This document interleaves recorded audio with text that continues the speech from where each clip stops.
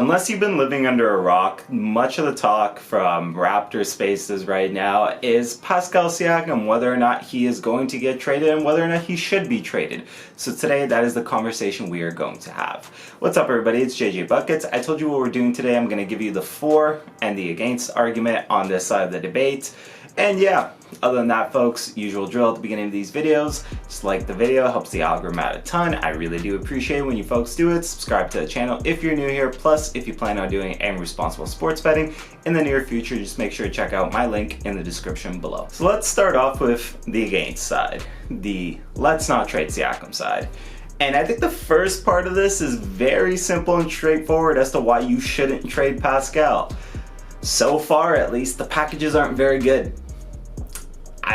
How can I put it more plainly than that, right? Like, the big link that we've seen to this point is the Atlanta Hawks, and respectfully to anything that they can offer, it's not that good. It's really not that good. I mean, again, like, what do you got? You got DeJounte Murray, you got some young guys. Depending on when this trade gets made, if it does get made, you may or may not even be able to include Kobe Buffkin in it, so where's the allure? Where is the rush to trade Pascal, at the moment at least, when there's no real good packages available? Now, I think my argument on this could change, and the stance could change should there be a better team here to offer a trade for Pascal Siakam. You know, maybe like a Oklahoma City Thunder that has real draft capital, real young guys that you could be excited about. Like, that's a team that I could see Toronto maneuvering with, and I think would be worthwhile. But with where it currently stands now, you know, with a team like the Hawks, like, if that's who you're envisioning as the trade partner, like, man, that's really not that good. And quite frankly, I would really say it's not good enough to warrant a trade at this time. Continuing with the against argument here, if you're trading Pascal, you really don't have a lot of veteran presence left on the roster past that, right? Like, Pascal at this point, I would say, is your stabilizing force, the guy that's kind of been there for a very long time and obviously played at a high level during that time. And, you know, you leave him out of that locker room, who do you have at that point, right? Like, that young? Is that your veteran presence to stabilize the locker room? Which, I mean, that's not slander on that young, don't get me wrong, or at least it's not intended to be. But I'm just saying, like, without Pascal in that locker room, you really, where's the leadership coming from? Like, I just don't personally see it. And then the final argument, I guess, as to why you wouldn't trade Pascal right now is, look, the NBA is in a space right now where parity is kind of at an all-time high, and there's little reason to believe that I don't think the Raptors could at least be somewhat competitive. Like, I don't think they're a championship team, don't get me wrong, and I know a lot of people don't like, you know, being stuck in the middle. Quite frankly, I would actually say I'm probably one of those people, but you know, you just brought in a new head coach, right? Like, you're obviously doing a little bit of a transitional period with Fred VanVleet out the door and trying to see how the pieces fit together, you know, with the new head coach, you know, obviously with a new scheme, potentially in this Eastern Conference, it's going to look a little bit different. And, you know, with hopefully some jumps from, like, young guys like not like Scotty Barnes, from young guys, Scotty Barnes, chiefly among them, right? Like,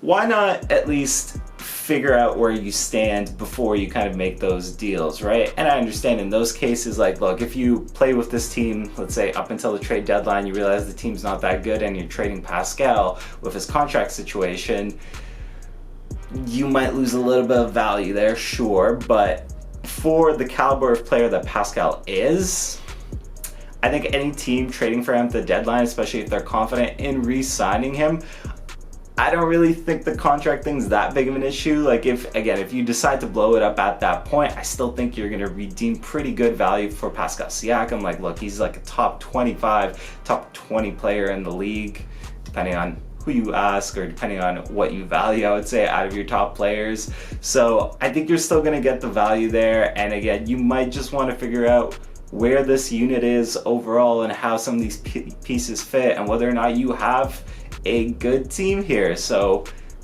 maybe the argument on that one is just don't jump the gun, let things play out, and then should you decide to blow it up in the future, you still have every opportunity, right? Especially once the deadline comes around and once there's going to be teams hungry, to potentially elevate themselves from a good team to a championship team.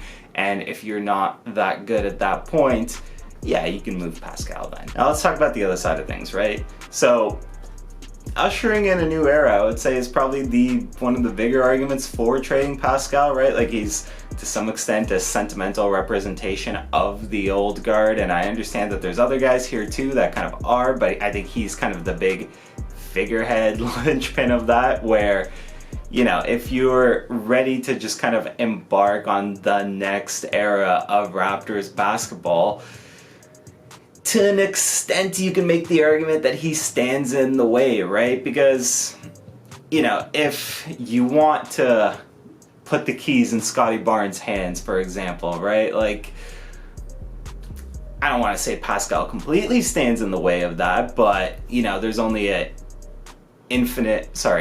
finite, complete opposite amount of touches that you can give Scottie Barnes while on the team with Pascal, right? And I mean, that's not to say that Scottie's not going to get his touches, like Scottie's going to get his touches regardless, but, obviously Pascal on the team versus Pascal not on the team, like Pascal's your number one option as long as he's on the team. And I think a lot of this comes from fans that do want to see Scottie Barnes, kind of in that lead role and see what they have with him and just give him the best opportunity, I suppose, to go out there, experiment, grow his game, stuff like that. So moving off Pascal really represents an opportunity to do that, right? Like, especially because they play in a lot of the same spots, right? Like, don't get me wrong, Pascal is definitely better from, the mid-range and from the perimeter. He's grown in that regard, even though I still wouldn't say he's a great perimeter shooter by any means, and I'll actually get to that in a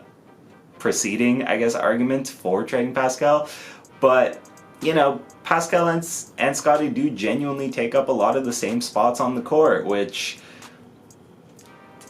there's just natural butting of heads there to an extent, right? And to build off of that, right? So one of the bigger things that I kind of think goes into this is right now, as it currently stands, right? And I've touched upon this in previous videos recently, but if the plan is to roll out Scottie Barnes, Gary Trent Jr., OG Anunoby, Pascal Siakam, Jakob Poeltl as your starting lineup, the spacing there is kind of rough, right?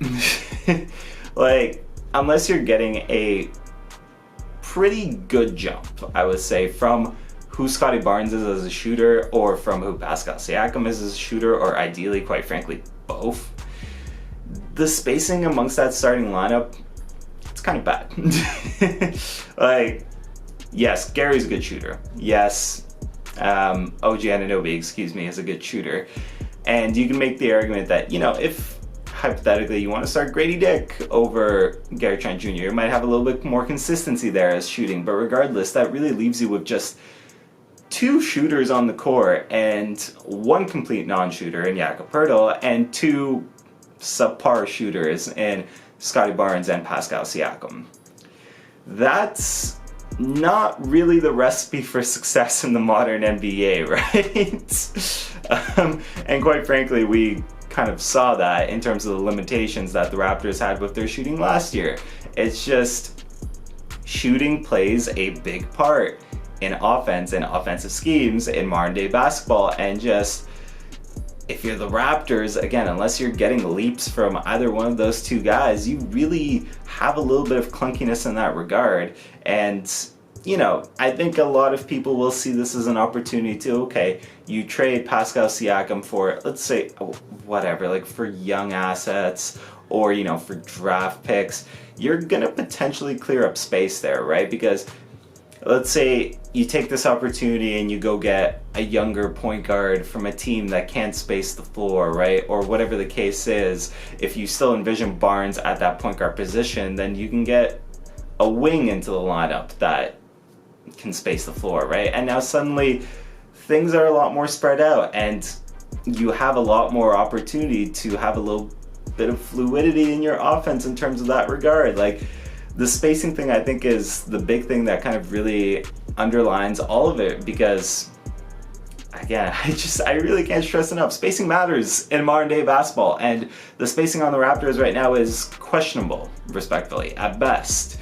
So I think that's really part of the argument. And I think the biggest one, obviously, for most people here that I would say are making the argument to trade Pascal is just they don't want the Raptors to be a team in the middle. They want the Raptors to be a team that, I think in this case, would be young, probably not very good in the immediate future, but builds towards something 2 or 3 years down the line. And I can understand that argument of thinking, look, like, being a middling team in the NBA is the worst place to be, quite frankly, in basketball, because you're not bad enough to get some of the top picks, but you're also not good enough to really compete for anything. So not wanting to be in that middle, which is kind of where I would probably say the Raptors project to be at this current time. So not wanting to be in that middle is a very legitimate reason for wanting to see some change. Now, whether or not that change specifically needs to be, the movement of Pascal Siakam, that's a different argument that should be had here, but